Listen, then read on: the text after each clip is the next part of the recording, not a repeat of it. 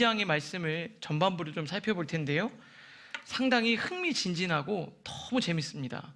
저는 이제 말씀을 묵상하는데 너무 읽으면서 은혜가 되는 거예요. 여러분들 한 절 한 절 읽어갈 때 동일한 은혜가 저는 있을 거라고 생각합니다. 첫 번째는 아닥사스다 왕 제20년 니산월해라고 시작합니다. 2장 1절 우리 말씀을 같이 한번 읽어보겠습니다. 시작. 아닥사스다 왕 제20년 니산월해 왕 앞에 포도주가 있기로 내가 그 포도주를 왕에게 드렸었는데 이전에는 내가 왕 앞에서 수심이 없었더니, 여기에 뭐라고 시작하냐면 시간을 딱 기록하고 있어요. 성경에서 이 시간을 딱 명시하는 것은 이 시간이 갖고 있는 의미가 굉장히 중요하죠. 굉장히 중요합니다.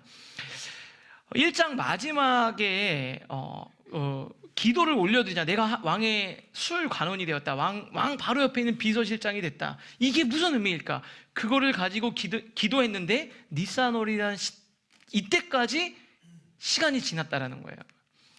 1장에 보면 기슬르월에 그는 하나님에 대해 예루살렘에 대한 소식을 들었어요. 약 한 4개월 정도 차이가 납니다.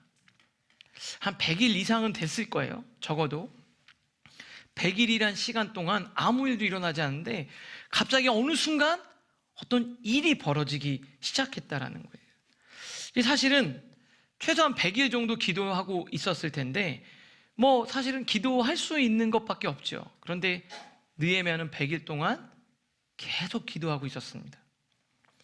왜냐하면 이 사안이 굉장히 예민한 사안이에요. 하나님이 감동을 주셨고 부르심과 나를 보내심에 대한 소명과 사명이 분명하고 이 가슴에 막 끓는 가슴을 가지고 있는데 이게 쉽게 해결될 수 있는 일이 아니에요. 답이 없어요. 자기가 생각할 때 가능성이 제로예요. 그래서 그냥 기도만 하고 있었어요. 왜냐하면은 이전에 에스라가 이스라엘 백성들을 데리고 2차 귀환을 해서 막 부흥이 일어나요. 그래서 이 성벽을 재건하려고 하는데 주변에 방해가 있었습니다.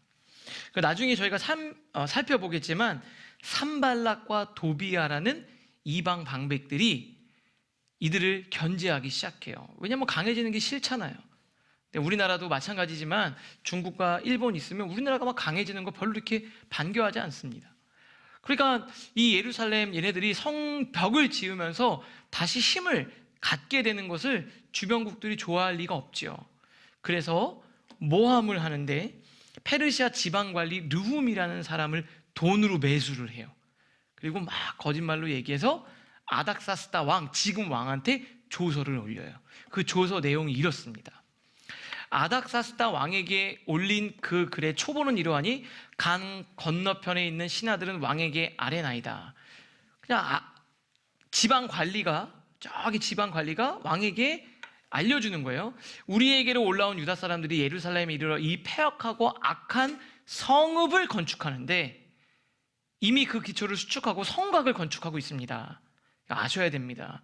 이게 큰일입니다. 왜냐하면 이제 왕은 아시옵소서, 만일 이 성읍을 건축하고 그 성곽을 완공하면 저 무리가 다시는 조공과 관세와 통행세를 바치지 아니하리니 결국 왕들에게 손해가 될 겁니다. 손해가 될 겁니다.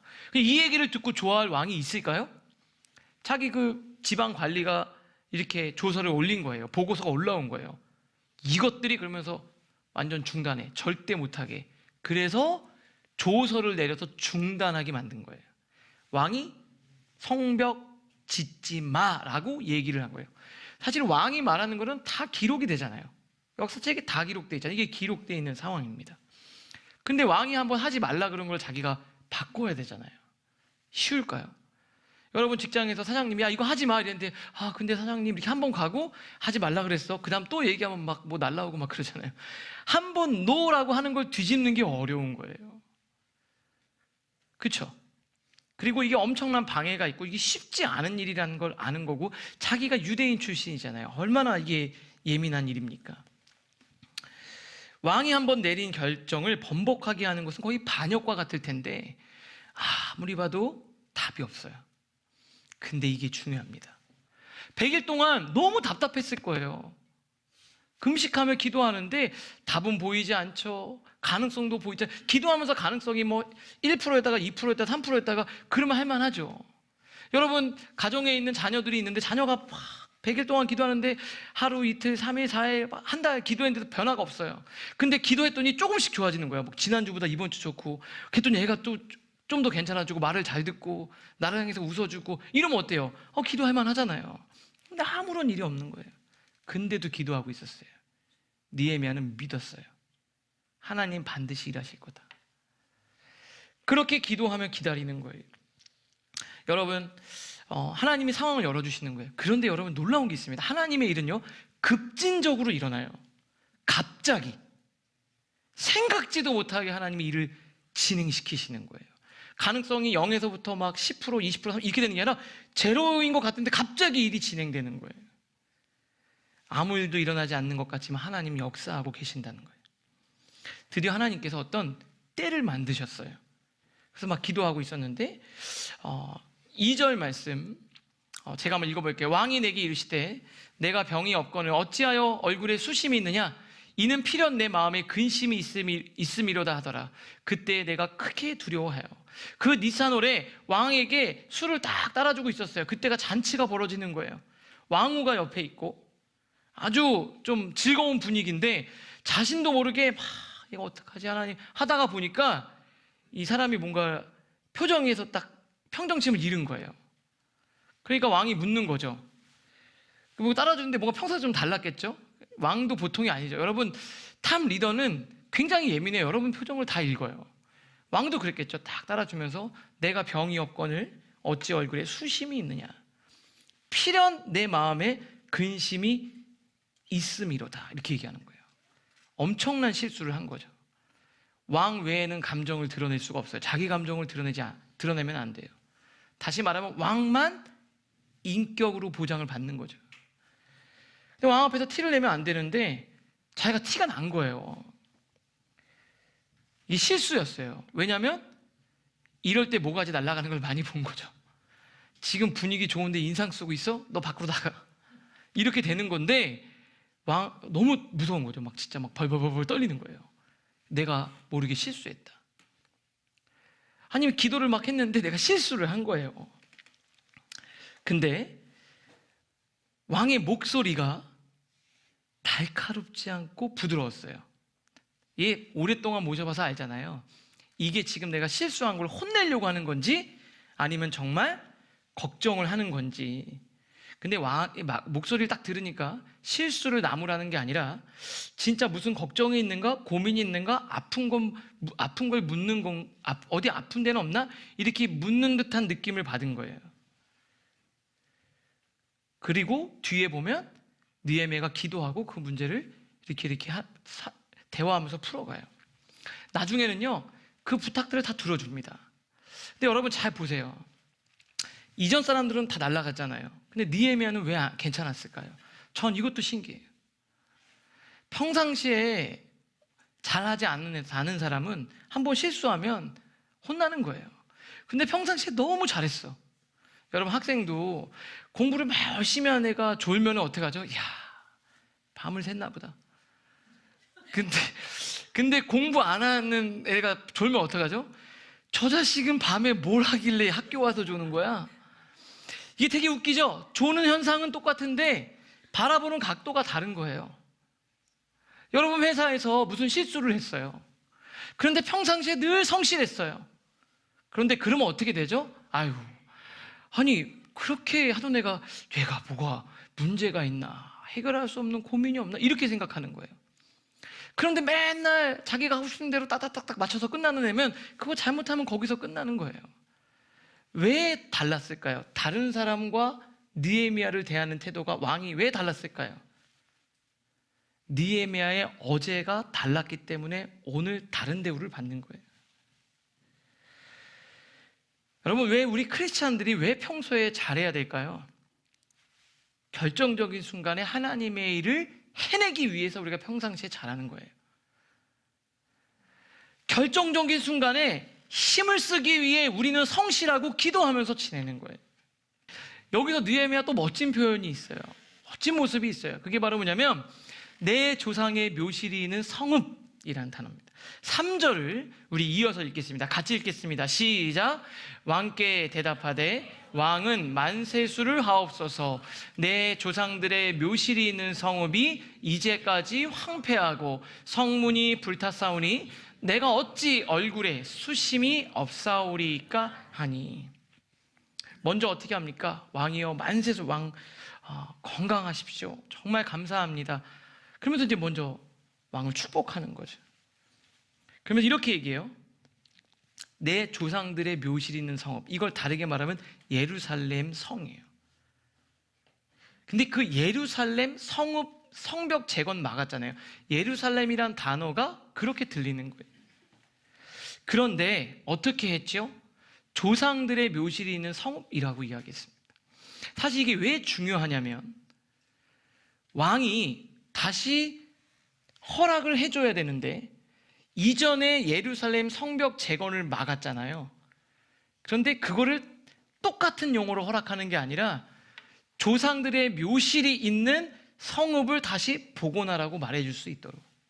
그러니까 느헤미야가 참 지혜롭지만 또 한편으로는 왕이 불편할 만한 용어, 왕이 이걸 허락하기 불편하지 않을 수 있도록 배려하는 거예요. 저는 이런 생각이 들었어요. 그러면 아닥사스다 왕은 이게 무슨 말인지 몰랐을까요? 아니죠. 아마 서로 배려하고 있는 건 아닐까 이런 생각이 들었어요. 느헤미야는 왕이 허락을 하실 수 있도록 심기를 거스르지 않도록 내 조상들의 묘실이 있는 성읍이라는 단어를 썼고 아닥사스다 왕도 얘가 무슨 마음으로 하는지를 알았고 그렇게 서로를 배려하는 모습이 거기 담겨져 있어요. 여러분, 민감한 단어를 피했죠. 그리고 왕이 다시 재건 명령을 해야 되는데 정치적으로 민감하지 않은 내용들을 선택할 수 있도록 말해준 거예요. 그러니까 사실 서로 간의 신뢰와 배려가 느껴지죠. 여러분, 아닥사스다 왕이 자기 옆에 두는 사람 뒷조사 안 했을까요? 얘가 어디 출신인지, 그리고 이쯤 되면 자기 바로 옆에 있는 사람이 뭘 하고 있는지, 평상시에 뭘 하는지 체크 안 할까요? 기도하고 있다는 거 몰랐을까요? 저는 알았을 것 같아요. 제 옆에 두고 내가 내 입에 들어가는 이 포도주를 체크하는 얘가 24시간 평상시에 어떻게 지내고 뭐를 중요하게 생각하는지를 모를 리가 없어요. 도청장치, 뭐 지금은, 그때는 없겠지만 다 보고 있었을 거예요. 그런데도 불구하고 그를 사랑한 거예요, 서로.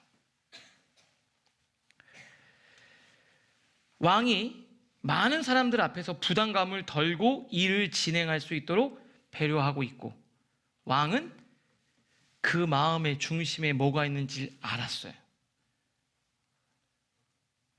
하나님의 역사는 이렇게 일어납니다. 여러분이 아무리 거룩한 비전을 품는다고 해도 여러분의 삶이, 여러분의 모습이 뒷받침되지 않으면 하나님이 여러분을 통해서 그 일을 못 이루는 거예요. 저는 너무 이 단어를 이렇게 선택한 거예요. 그 다음에 보니까 왕이 느헤미야에게 이제 결정적인 기회를 제공을 해요. 뭐라고 얘기하냐면 왕이 이르시되 그러면 내가 무엇을 원하느냐. 굉장히 따뜻하죠. 이거 알면서도 하는 거예요. 그럼 내가 뭘 해주기를 네가 원하냐? 어떻게 해줄까? 근데 이때 이제 중요한 때잖아요. 중요한 때 내가 뭔가를 구체적으로 말을 해야 되니까. 그때 여러분 어떡합니까? 잠깐만요. 제가 생각을 좀 못 해봤는데 정리해가지고 다시 보고하겠습니다. 이게 아니잖아요. 지금 딱 얘기를 해야 되는 거예요. 왕의 마음이 이럴 때, 그죠? 여러분, 사장님도 기분 좋을 때 오케이인데 다음날 가면 노 하는 경우 있지 않나요? 원래 그래요. 이때가 너무 중요한 타이밍이에요. 이때 지나면 안 되는 거예요. 하나님께 기도하면 하나님 지혜를 주세요. 지혜를 주세요. 여러분, 이 모습만 보면 느헤미야가 엄청 기도하는 사람이었다는 거예요. 느헤미야가 기도한 거예요. 이게 평상시도 기도했지만 이 순간에 화살기를 올린 거예요. 잠깐 하나님 저에게 지혜를 주세요. 그리고 하나님께 묵도하고 기도하는 거예요. 여러분에게도 분명히 어떤 결정적인 순간이 있을 겁니다. 그때 어떻게 할까요? 기도하세요. 분명히 하나님이 여러분들에게 말씀을 주실 겁니다. 분명히 하나님이 여러분들에게 말씀을 주실 거예요. 우리 5절 이어서 한번 읽겠습니다. 같이 읽겠습니다. 시작. 왕에게 아뢰되 왕이 만일 좋게 여기시고 종이 왕이 목전에서 은혜를 얻어 쌓으면 나를 유다 땅 나의 조상들의 묘실이 있는 성읍에 보내어 그 성을 건축하게 하옵소서. 왕의 조상들의 묘실이 있는 성읍에 보내요. 근데 그 앞에 뭐라 그러죠? 왕이 만일 좋게 여기시고, 왕이 좋게 여기시면, 그 말은 뭐예요? 왕께서 좋게 여기시지 않으면 안 하겠습니다. 근데 저는 이거 진심이었을 것 같아요. 하나님이 나를 거기에 두셨는데 그 상황을 통해서 하나님이 일하실 거라는 거예요. 탑 리더의 마음을 바꾸셔서 일하신 거예요. 왕이 만일 좋게 여기시면, 종이 왕의 목전에서 은혜를 얻어서 하면, 저를 좋게 생각하시면, 이 일이 왕이 마음에 드시고 또 저를 좋게 생각하시면 제가 그 조상들의 묘실이 있는 성읍의 성벽을 수축하게, 그 성을 건축하게 해달라, 세워갈 수 있게 해달라, 이렇게 이야기를 합니다. 여러분, 이게 뒤에 보면 부탁할 때마다 왕이 좋게 여기시면 이렇게 해주세요, 왕이 좋게 여기시면 이렇게 해주세요, 이렇게 해요. 그러면서 6절에 또 이어서 이렇게 됩니다. 우리 같이 읽겠습니다. 시작. 그때 왕후도 왕 곁에 앉아 있더라. 왕이 내게 이르시되 내가 몇 날에 다녀올 길이며 어느 때 돌아오겠느냐 하고 왕이 나를 보내기를 좋게 여기시기로 내가 기한을 정하고. 야, 느헤미야를 너무 사랑한 거예요. 얼마나 기간이면 네가 다녀올 거냐,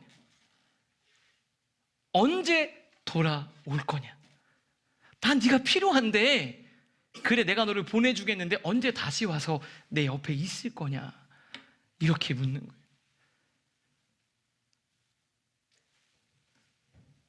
여러분, 느헤미야 같은 사람 돼야 되지 않겠습니까? 사실 느헤미야보다 더 똑똑한 사람은 많았을 거예요. 그런데 요거를 딱 보니까 느헤미야는 진짜 왕을 존경하고 존중했어요. 여러분, 그거 사람이니까 다 압니다. 그게 막 뭘 이렇게 해주는 게 아니라 사람은 마음을 나누는 게 다 느껴져요. 느헤미야가 왕을 진심으로 섬긴 거예요. 그게 느껴진 거죠. 아니, 이 비서 몇 명이나 갈았을까요? 여러분, 예민한 사장님들 1년에 비서 한두 명씩 바뀌는 건 유도 아닙니다. 왕은요, 계속 바뀐 거예요. 자기가 수많은 애들을 만났는데 이런 녀석을 못 만난 거예요. 그러니까 다시 돌아왔으면 좋겠는 거예요. 여러분, 우리 크리스찬으로서 여러분 조직에 꼭 필요한 사람 되실 수 있기를 바랍니다. 그럼 아닥사스다 왕 얼마나 예민했을까요? 목사님, 우리 사장님 진짜 지금 빨리, 지금 제가 빨리 더 좋은 데로 옮겨달라고 기도해 주세요. 그렇게 여러분 훈련되지 않으면 하나님이 훈련시키려고 그 사장님을 통해서 여러분 다루실 수도 있어요. 그곳에서 꼭 필요한 사람 돼주세요. 정말 도움이 되어주세요. 느헤미야가 그런 사람이었어요. 그 다음 마지막 우리가 좀 더 생각했으면 하는 게 바로 내가 기한을 정하고입니다. 왕이 허락을 딱 했잖아요. 인지를 한 거예요. 그리고 기한을 딱 얘기했어요. 여러분, 기한을 말한다는 거 기간을 말한 거잖아요. 쉽지 않습니다. 머릿속에서 수없이 많이 플랜을 돌린 거예요. 굉장히 구체적으로. 여러분, 이게 될지 안 될지 모르는 일을 구체적으로 기획을 하고 준비하는 일 어렵습니다. 언제 될지도 모르는데 막 꿈을 꾸고 그림을 그리고 막 한 거예요. 기도하면서 하나님이 언젠간 주실 걸 믿고 막 실질적으로 구체적으로 해보고 생각하고 기도하고, 근데 이렇게 되면 너무 좋겠지만 또 기도하고, 그랬기 때문에 기한을 정한 거예요. 그래서 아까 6절에 보니까 이렇게 돼 있죠. 언제 몇 날에 다녀올 길이면 어느 때에 돌아오겠느냐? 그랬더니 기한을 정하고 딱 이날까지요. 그 다음부터 어떻게 얘기하냐면, 또 내가 왕에게 아뢰되 왕이 만일 좋게 여기시거든 강 서쪽 총독들에게 내리시는 조서를 내게 주사 그들이 나를 용납하여 유다에 들어가기까지 통과하게 하시고, 그 서쪽 총독이 어떻게 돼요? 매수가 돼가지고 왕에게 조서를 올렸잖아요. 이거 막아야 됩니다고 한 거니까 왕의 딱 서신을 보내서 걔네들이 방해하지 못하게 해주세요. 제일 중요한 거죠. 그 다음 두 번째, 왕의 살림 감독 아삽에게 조서를 내려서 왕의 목재를 가지고 할 수 있도록. 이거 되게 중요한 거예요. 이게 가서 그냥 자기가 가서 왕의 신하다 이렇게 얘기한 게 아니라 왕이 조서 갖고 왕의 목재로 하니까 이 일이 누구 사업이 되는 거예요? 왕의 사업이 되는 거예요. 그러니까 막을 수가 없는 거죠. 그렇게 하게 해달라고 이야기를 합니다. 그리고 마지막에 어떻게 돼요? 군대 장관과 마병을 보내서 나와 함께, 이것까지 보내주는 거예요. 여러분 생각해 보세요. 왕의 군대잖아요. 얘들 공격해서 얘네 죽으면 왕한테 반역한 거예요. 그죠? 페르시아 왕의 호위 군대 최정예 부대를 보내줬으니까. 여러분, 미군이 돼 있지만 미국 군인이 죽으면 미국을 공격한 거예요. 여기도 마찬가지입니다. 이 일이 하나님의 일들이 된 거죠. 하나님의 역사. 근데 이것들을 다 준비했어요. 여러분, 내년에 우리 가능성은 없어 보이지만, 언제 어떻게 될지 모르지만 우리 꿈꾸고 준비해요. 하나님이 하나님의 때 이루실 줄로 저는 믿습니다. 기도만 하고요, 구체적으로 계획을 세우지 않으면 그것은 망상입니다. 비전이 아니에요. 비전은 준비하고 노력합니다. 여러분, 수많은 사람들이요, 하나님이 기회만 주시면, 기회를 줬는데도 못하는 사람들이 많아요. 저는 많이 봤습니다. 막상 멍석을 깔아주니까 막 당황하고 우물쭈물해요. 우리 청년들, 반드시 하나님이 여러분들을 높이실 때가 옵니다. 반드시 하나님이 여러분 쓰실 때가 와요. 믿음이 있으면 기도하면서 준비합니다. 우왕좌왕하지 않아요. 그렇게 하시는 여러분들 되실 수 있기를 바랍니다. 마지막 10절 읽겠습니다. 같이 읽겠습니다. 시작. 호론 사람 산발락과 종이었던 암몬 사람 도비아가 이스라엘 자손을 흥황하게 하려는 사람들이 왔다함을 듣고 심히 근심하더라. 여기 이 사람 산발락과 도비아가 방해했잖아요. 이제 막 깜짝 놀란 거예요. 저는 이게 너무 놀라워요. 예루살렘 재건을 반대하는 산발락과 도비아가요, 그 페르시아 지방 장관인 루훔을 매수한 거예요. 돈도 있고 힘도 있고. 그래서 자기가 페르시아의 고위 관직을 매수해가지고 막은 거예요. 예루살렘은 어땠죠? 힘이 없잖아요. 우리는 힘이 없잖아요. 돈도 없고 힘도 없고 백도 없고. 얘네들은 어떻게 정치력을 발휘해가지고 그냥 저기 그 페르시아의 정말 지방 고위급 간부를 섭외해가지고 정치적으로 매수해가지고 그 일을 진행했는데, 고작 걔네들이 페르시아 지방 장관을 매수할 때 우리 하나님이 누구를요? 걔네들 꼭대기에 있는 누구요? 아닥사스다 왕을 만지시기 시작하는 거예요.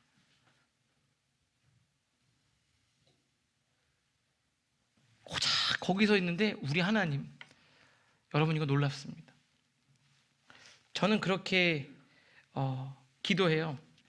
하나님, 이스라엘 백성들 얼마나 무시받았을까요? 힘도 없다, 돈도 없다. 그런데 하나님이 친히 배경이 되어줘서 역사하신 거예요. 우리 청년들, 누구는 목사님 집에서 돈이 많아가지고 부모님이 막 이렇게 서포트 해주고, 누구는 갔더니만 아는 사람 있고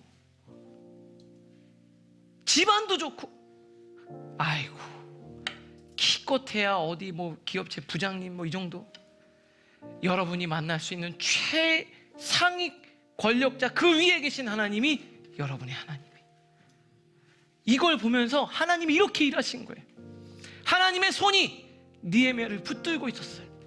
하나님의 그 손이 여러분을 붙드는 거예요. 근데 기도 안 하시겠어요?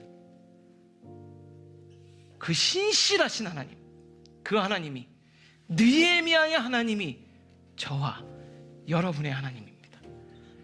그 하나님이 오늘 여러분들 가운데 역사하실 줄 믿습니다.